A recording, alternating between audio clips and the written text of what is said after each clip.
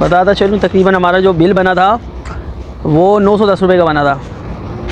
यहाँ पर चाय आउट क्लास है और आप कह सकते हैं कि बेहतरीन चाय है, ज़बरदस्त। 120 रुपये की चाय, 250 रुपये के छोले और तकरीबन 80 या 90 रुपये का पराठा, 130 रुपये की पानी की बोतल। तो ये हमारा टोटल बना 910 रुपये, टिप उसमें शामिल थी। तो नाश्ता हो गया हम लोगों का और अब हम अपने सफ़र की जानिब दोबारा गामज़न होने वाले हैं। Super highway, Bajariya super highway to Sangad चलते हैं।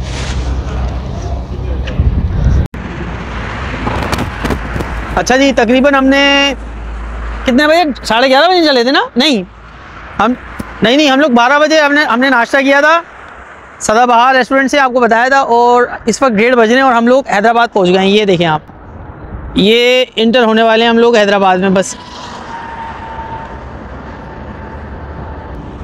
असल में सदाबहार रेस्टोरेंट से लेकर यहाँ तक गाड़ी मैंने खींची है। तो अब यहाँ पर थक गए हूँ, थोड़ा सा हम लोग वो कर रहे हैं, अपने आप को रिलैक्स कर रहे हैं। तो तस्वीरें खींचेंगे यहाँ पे, उसके बाद फिर आगे चलते हैं। अच्छा, आपको बताऊँ कि हम लोग यहाँ से आ रहे थे, ठीक है। यहाँ पे हमने ज़ोहर की नमाज़ पढ़ी है, पेट्रोल पंप के साथ छोटी सी मस्जिद है, और अब हम ऐसे निकल जाएंगे सीधे। तो रशीद भाई ने कहा है कि शाह अब्दुल लतीफ़ भटाई का मज़ार पहले चलते हैं, क्योंकि वो भी वहाँ से करीब है। तो let's move to Shah Abdul Latif Bhitai shrine. इस वक्त हम लोग गामज़न हैं शाह अब्दुल लतीफ़ भटाई के मज़ार की जानिब, और इस वक्त हम हैदराबाद से गुज़र रहे हैं। ये आप देख सकते हैं, मेरे सामने लिखा हुआ है सक्खर 319 किलोमीटर, लाहौर 1103, 1113 किलोमीटर यहाँ से दूर है। बहरहाल ये एक और बोर्ड नज़र आ गया है यहाँ पर हमें, हैदराबाद, शहीद बेनज़ीराबाद और मोरो।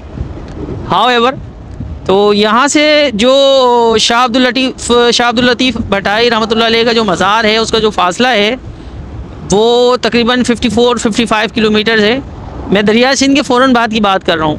तो तकरीबन 3 या 4 किलोमीटर हम लोग आगे आ गए हैं, और यहाँ से अब जो रास्ता है वो मैं अगर आपको एग्जैक्ट बताऊँ तो 52 किलोमीटर है।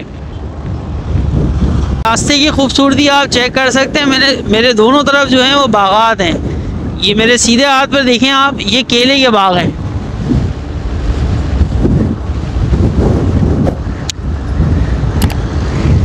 ये केले के बाग सीधे हाथ पर हैं, और उल्टे हाथ पर भी मेरे केले के बाग हैं। अभी थोड़ी देर पहले आम के बाग यहाँ से गुजरे हैं, मतलब आम के बागात को हमने क्रॉस किया है।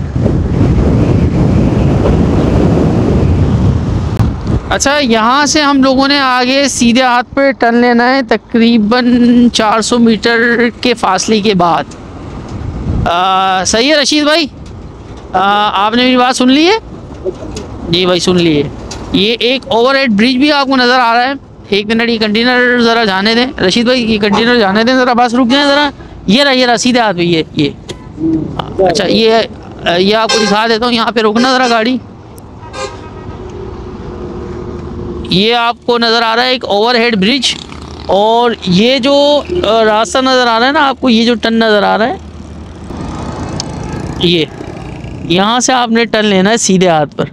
तो जा रहे हैं अभी हम सीधे हाथ की तरफ, और यहाँ से तकरीबन ये 3.5 किलोमीटर है। टर्न थोड़ा सा ख़तरनाक है यहाँ पर, क्योंकि गाड़ियाँ बड़ी स्पीड से आ रही हैं। और बहरहाल टर्न ले लिया हमने, बहरहाल टर्न ले लिया हमने, और ये हम दाखिल हो गए भिट शाह का बाज़ार है, और यहाँ से तकरीबन 270 मीटर्स के फासले पर हम लोग मौजूद हैं। बस ये 7 शरीफ की तरह का लग रहा है ना, ये वो यहाँ से उल्टे हाथ।